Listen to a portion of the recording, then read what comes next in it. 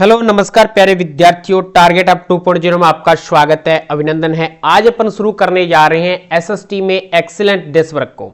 और आज हमारा दूसरा मॉडल पेपर रहने वाला है, क्योंकि हमने संजीव डेस्क वर्क को कंप्लीट कर लिया है एसएसटी में। बाकी हमने मैथ में संजीव डेस्क वर्क को कंप्लीट कर लिया है। संजीव डेस्क वर्क साइंस की चल रही है, इज दैट क्लियर। और हमने एसएसटी की एक्सीलेंट डेस्क वर्क शुरू कर दी है। मैथ में भी आपकी एक्सीलेंट डेस्क वर्क चल रही है प्यारे विद्यार्थियों। वो क्लासें अगर आपने नहीं देखी है तो इस क्लास के डिस्क्रिप्शन बॉक्स में उसका लिंक मिल जाएगा, वहां से जाके आप पीछे वाली क्लासें भी देख सकते हैं। पहला मॉडल पेपर दोनों का सेम है, जो बोर्ड द्वारा जारी किया गया है वो मैंने संजीव में करवा दिया है, इसलिए यहाँ पे करवाना कोई जरूरी नहीं है, ठीक है। वो अगर आपने संजीव वाला नहीं देखा है तो देख लेना जरूर। अब ये इसके 8-9 मॉडल पेपर है, वो कंटिन्यू रहेंगे, हमारे डेली क्लास आएगी आपको, ठीक है। अब देखो, एक आपके लिए बेहतरीन और विशेष सूचना ये है कि आपसे मैंने वादा किया था कि एक ऐसी क्लास लेके आऊंगा जिसमें पूरी मैथ का सुपड़ा साफ हो जाएगा। चैप्टर 1 से लेके 14 तक सीधे एग्जाम में छपने वाले क्वेश्चन की क्लास मैंने लगा दी है प्यारे विद्यार्थियों। अगर ये क्लास आपने नहीं देखी है तो ये गलती मत करना, क्लास को जरूर देखना। एग्जाम से पहले ये क्वेश्चन निकाल के चले जाना, डायरेक्ट सीधे 53 के 53 क्वेश्चन मेरी क्लास में से आएंगे, ये मैं आपको 100% गारंटी देता हूं। क्योंकि पीछे मैंने 40 क्वेश्चन बनाए थे, उसमें से 25 क्वेश्चन डायरेक्ट सीधे एग्जाम में पूछे गए थे 2024 में। तो अब की बार तो मैंने काफी ज्यादा क्वेश्चन बनाए हैं, तो 53 के 53 आने की संभावना है। ये क्लास जरूर देखें। इस क्लास का लिंक मैंने डिस्क्रिप्शन बॉक्स में दे रखा है प्यारे विद्यार्थियों, तो ये क्लास जरूर देखें, आपके लिए महत्वपूर्ण साबित होगी, रामबाण सिद्ध होगी। Is that clear? चलिएगा, आज की क्लास को शुरू करते हैं। चैनल पे नए हैं तो चैनल को सब्सक्राइब करके जो बेल आइकन है उसको जरूर दबा लें, ताकि प्रत्येक क्लास का नोटिफिकेशन आपको मिलता रहे। अगर आप चाहते हैं कि हमें डेस्क वर्क की पीडीएफ मिल जाए तो टारगेट हब एप्लीकेशन को डाउनलोड कर लें। टारगेट हब एप्लीकेशन का लिंक मैंने नीचे डिस्क्रिप्शन बॉक्स में दे रखा है। इस एप्लीकेशन पे आपको सभी डेस्क वर्कों की पीडीएफ मिल जाएगी, संजीव और एक्सीलेंट ऑल सब्जेक्ट की। चलेगा, आज की क्लास का पहला प्रश्न इस प्रकार से है, जर्मन बलूत किसका प्रतीक है? जर्मन बलूत किसका प्रतीक है? तो बहादुरी का है, ऑप्शन नंबर बी राइट हो जाएगा। इसमें से किस राज्य में मृस्थलीय मृदा मुख्य रूप से पाई जाती है? तो राजस्थान राज्य में मृस्थलीय मृदा मुख्य रूप से पाई जाती है, तो ऑप्शन नंबर ए राइट हो जाएगा। नेक्स्ट है, प्रोजेक्ट टाइगर की शुरुआत कब हुई थी? प्रोजेक्ट टाइगर की शुरुआत सन 1973 में हुई थी, ऑप्शन नंबर ए आपका राइट हो जाएगा। नेक्स्ट क्वेश्चन पे चलते हैं, निम्नलिखित में से कौन सा उद्योग बॉक्साइट का कच्चे माल के रूप में प्रयोग करता है? निम्नलिखित में से कौन सा उद्योग बॉक्साइट का कच्चे माल के रूप में प्रयोग करता है? तो 4 नंबर का right answer option number A हो जाएगा, एल्यूमिनियम प्रगलन। एल्यूमिनियम प्रगलन, ऑप्शन नंबर ए आपका राइट हो जाएगा। नेक्स्ट क्वेश्चन पे चलते हैं, स्वर्णिम चतुर्भुज महाराजमार्ग किससे संबंधित है? रेल से है, वायु से है, जल से है, सड़क से? तो स्वर्णिम चतुर्भुज महाराजमार्ग सड़क परिवहन से संबंधित है, तो आपका ऑप्शन नंबर डी राइट हो जाएगा। क्लास को लाइक करें, शेयर करें, चैनल पे नए हैं तो चैनल को सब्सक्राइब जरूर कर लें। बेहतरीन क्लासें आने वाली है आप लोगों के लिए। नेक्स्ट क्वेश्चन पे चलते हैं, 1448 में गुटेनबर्ग ने कौन सी पहली पुस्तक छापी थी? 1448 में गुटेनबर्ग ने कौन सी पहली पुस्तक छापी थी? 6 नंबर का राइट आंसर ऑप्शन नंबर ए आपके पास में हो जाएगा, बाइबिल छापी थी, ऑप्शन नंबर ए इसका राइट हो जाएगा। स्पिनिंग जेनी का आविष्कार, स्पिनिंग जेनी का आविष्कार किसने किया था? तो 7 नंबर का राइट आंसर बताइए क्या हो जाएगा? जेम्स हरग्रीव्ज, ऑप्शन नंबर ए आपके पास में राइट हो जाएगा, जेम्स हरग्रीव्ज, ऑप्शन नंबर ए। नेक्स्ट क्वेश्चन पे चलते हैं, विश्वव्यापी आर्थिक मंदी की शुरुआत कब हुई?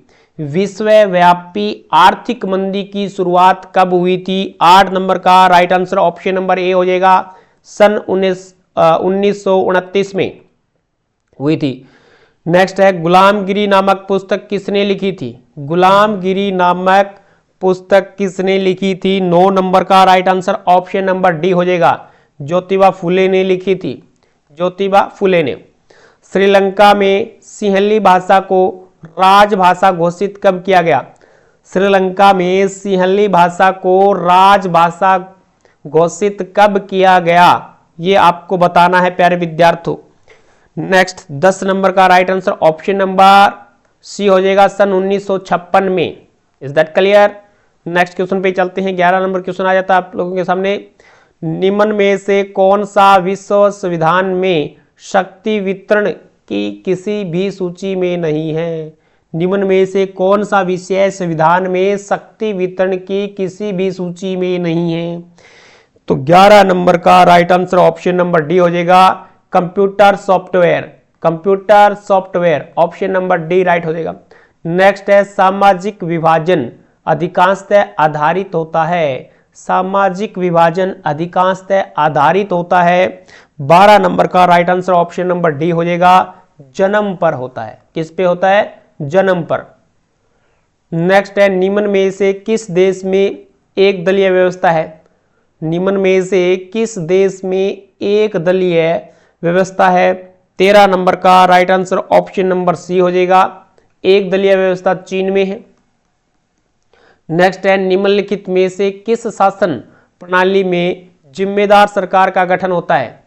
निम्नलिखित में से किस शासन प्रणाली में जिम्मेदार सरकार का गठन होता है? बताइए। 14 नंबर का राइट आंसर बताइए। 14 नंबर का right answer option number A हो जाएगा, लोकतंत्र। नेक्स्ट है विश्व बैंक की विश्व विकास रिपोर्ट में देशों का वर्गीकरण किस आधार पर किया जाता है? विश्व बैंक की विश्व विकास रिपोर्ट में देशों का जो वर्गीकरण है वो किस आधार पर किया जाता है? 15 नंबर का right answer option number A हो जाएगा, प्रति व्यक्ति आय के आधार पर। प्रति व्यक्ति आय के आधार पे हो जाएगा। नेक्स्ट क्वेश्चन पे चलते हैं।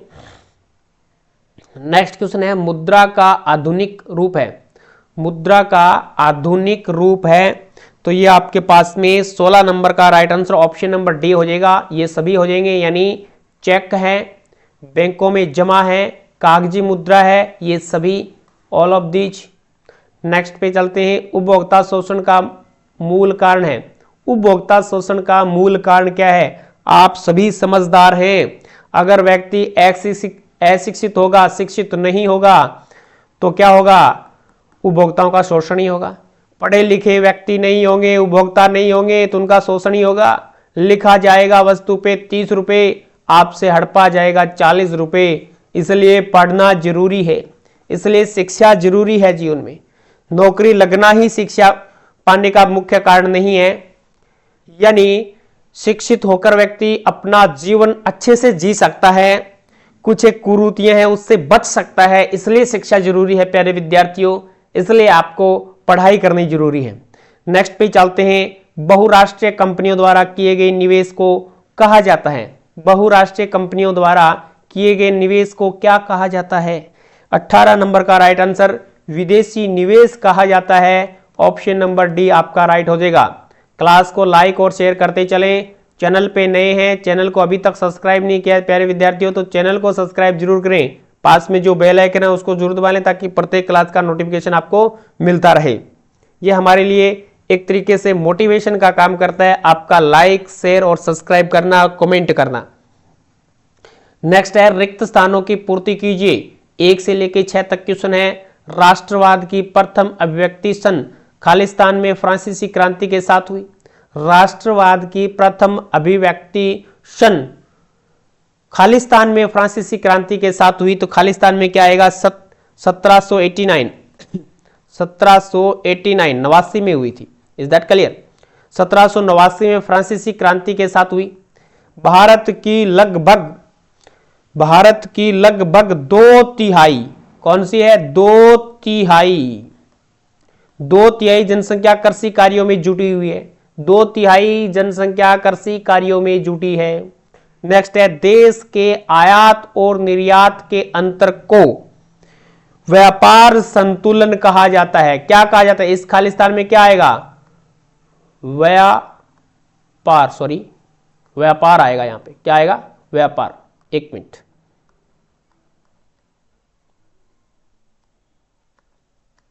व्यापार संतुलन। इस खालिस्तान में व्यापार संतुलन आएगा। एक देश के आयात और निर्यात के अंतर को व्यापार संतुलन कहते हैं। Is that clear? नेक्स्ट है लोकतंत्र में शासन की अंतिम शक्ति जनता के हाथों में, जनता के हाथों में रहती है। जनता जिसको चाहे उसे लोग उसकी सरकार बना सकती है, न चाहे उसकी सरकार को गिरा भी सकती है। तो लोकतंत्र में शासन की अंतिम शक्ति जनता के हाथों में रहती है। Is that clear? भारत में छिपी हुई बेरोजगारी सबसे अधिक प्राथमिक क्षेत्र में पाई जाती है। कौन से क्षेत्र में पाई जाती है? प्राथमिक क्षेत्र में पाई जाती है। बहुराष्ट्रीय कंपनियों के उद्भव के पश्चात, बहुराष्ट्रीय कंपनियों के उद्भव के पश्चात विश्व स्तर पर होने लगा, क्या होने लगा? अभी व्यापार होने लगा, व्यापार। तो यहां पे आ जाएगा बहुराष्ट्रीय कंपनियों के उद्भव के पश्चात व्यापार विश्व स्तर पे होने लगा। नेक्स्ट क्वेश्चन पे चलते हैं। तीसरा क्वेश्चन शुरू हो जाता है यहां से। तीसरे का फर्स्ट है, कॉर्न लॉ किस देश में लागू किया गया? कॉर्न लॉ किस देश में लागू किया गया था? ये आपको बताना है प्यारे विद्यार्थियों। तो कॉर्न लॉ है वो ब्रिटेन देश में लागू किया गया। कहां पे? ब्रिटेन, ब्रिटेन में लागू किया गया। Is that clear? नेक्स्ट पे चलते हैं। छापाखाना प्रगति का सबसे ताकतवर औजार है। छापाखाना प्रगति का सबसे ताकतवर औजार है, यह कथन किसका है? यह कथन किसने बोला था? तो फ्रांस के उपन्यासकार लुई सेबेस्तिये मर्सिये का है। खतरनाक नाम है। फ्रांस के उपन्यासकार लुई सेबेस्तिये मर्सिये का है। रटना ही पड़ेगा, ऐसा खतरनाक नाम है। नेक्स्ट पे चलते हैं, नेक्स्ट क्वेश्चन पे। नेक्स्ट 3 नंबर क्वेश्चन आ जाता है, 95 स्थापनाओं का लेखन किसने किया? 95 स्थापनाओं का लेखन किसने किया? तो ये हो जाएगा मार्टिन लूथर ने किया था। 95 स्थापनाओं का उल्लेख या लेखन किसने किया था? मार्टिन लूथर ने किया। नेक्स्ट है, सरिस्का वन्य जीव पशु विहार किस राज्य में स्थित है? सरिस्का वन्य जीव पशु विहार किस राज्य में स्थित है? तो ये आपको बताना है, राजस्थान राज्य में स्थित है। कहां पे है? राजस्थान राज्य में स्थित है। नेक्स्ट पे चलते हैं, भारत का प्रथम पटसन उद्योग कहां लगाया गया था? भारत का प्रथम पटसन उद्योग कहां लगाया गया था? तो आप राइट आंसर बताएंगे, कोलकाता के निकट सिसरा में, कोलकाता के निकट सिसरा में लगाया गया था। Is that clear? Sorry, Kolkata के निकट रिसरा में लगाया गया, ये रिसरा है। नेक्स्ट क्वेश्चन पे चलते हैं। नेक्स्ट है, भारत का सबसे बड़ा सार्वजनिक क्षेत्र का प्राधिकरण कौन सा है? भारत का सबसे बड़ा सार्वजनिक क्षेत्र का प्राधिकरण कौन सा है? तो बताएंगे प्राधिकरण कौन सा है? रेलवे है। कौन है? रेलवे है। नेक्स्ट क्वेश्चन पे चलते हैं। नेक्स्ट है, बेल्जियम में नेताओं ने 1990 और 1993 के बीच अपने संविधान में कितने संशोधन किए? बताओ कितने किए थे? 4 संशोधन किए थे। 4 संशोधन किए थे। खतरनाक प्रश्न है, कई बार आ चुका है। संजीव डेस्वर्क में भी कई बार आया है, एक्सीलेंट में भी आ गया है। 2011 की जनगणना के अनुसार भारत का लिंगानुपात कितना है? भारत का लिंगानुपात बताना है, 943 है। 943 लिंगानुपात है। अब देख लो, बाकी बचे हुए को कुंवारा ही रहना पड़ेगा। तो 943 यानी 1000 होता तो काम चल जाता सभी का, लेकिन अब नहीं चलने वाला। नेक्स्ट है, प्रजातंत्र के निर्णय लेने में देरी क्यों होती है? प्रजातंत्र में निर्णय लेने में देरी क्यों होती है? क्योंकि प्रजा का तंत्र है, लोगों का तंत्र है, लोकतंत्र है, इसलिए विचार विमर्श करके सभी की सहमति से ही निर्णय लिया जाता है। क्योंकि प्रजातंत्र विचार विमर्श और समझौतों के विचारों पर आधारित होता है। सभी की सहमति, सभी को ध्यान में रखते हुए, सभी को समान अनुपात में बांटते हुए विचार समझौता लिया जाता है कोई भी, ठीक है, इसलिए टाइम लगता है। नेक्स्ट देखो, नेक्स्ट है मुद्रा क्या है? नेक्स्ट प्रश्न है, मुद्रा क्या है? तो मुद्रा से अभिप्राय उस संवैधानिक वस्तु से है जिसका उपयोग सामान्यतः विनिमय माध्यम के रूप में किया जाता है। विनिमय माध्यम के रूप में किया जाता है। मुद्रा से अभिप्राय उस वैधानिक वस्तु से है जिसका उपयोग सामान्यतः विनिमय माध्यम के रूप में किया जाता है। Is that clear? नेक्स्ट पे देखो भाई, नेक्स्ट है उदारीकरण किसे कहते हैं? उदारीकरण किसे कहते हैं? तो सरकार द्वारा अवरोधों अथवा प्रतिबंधों को हटाने की प्रक्रिया उदारीकरण कहलाती है। सरकार द्वारा अवरोधों अथवा प्रतिबंधों को हटाने की जो प्रक्रिया है वो क्या कहलाती है? उदारीकरण कहलाती है। नेक्स्ट क्वेश्चन पे चलता हूं, 12 नंबर पे। सूचना का अधिकार अधिनियम भारत में किस वर्ष लागू हुआ था? सूचना का अधिकार अधिनियम भारत में किस वर्ष लागू हुआ था? तो अक्टूबर 2005 में सूचना का अधिकार अधिनियम लागू हुआ था। Is that clear? इस प्रकार से हमारा पहला मॉडल पेपर दूसरे मॉडल पेपर का पहला पार्ट ए कंप्लीट हो जाता है। क्लास कैसी लगी कमेंट करके जरूर बताएं। अच्छी लगी हो तो लाइक और शेयर सभी विद्यार्थी करेंगे। चैनल पे नए हैं तो चैनल को सब्सक्राइब करके जो पास में बेल आइकन है उसको जरूर दबा लें ताकि प्रत्येक क्लास का नोटिफिकेशन आपको मिलता रहे। अगर आपने ये क्लास नहीं देखी है तो ये क्लास जरूर देखें प्यारे विद्यार्थियों। मेरी आपसे रिक्वेस्ट है और मैं आपको गारंटी देता हूं कि अगर ये क्लास आप पढ़ के जाएंगे तो 90+ फोड़ के आएंगे पेपर को। 90% से प्लस की मैं आपको गारंटी देता हूं, पक्का फोड़ के आएंगे। Is that clear? चलेगा, आज की क्लास में इतना ही। नेक्स्ट क्लास में मिलते हैं कुछ नए के साथ। जय हिंद, जय भारत।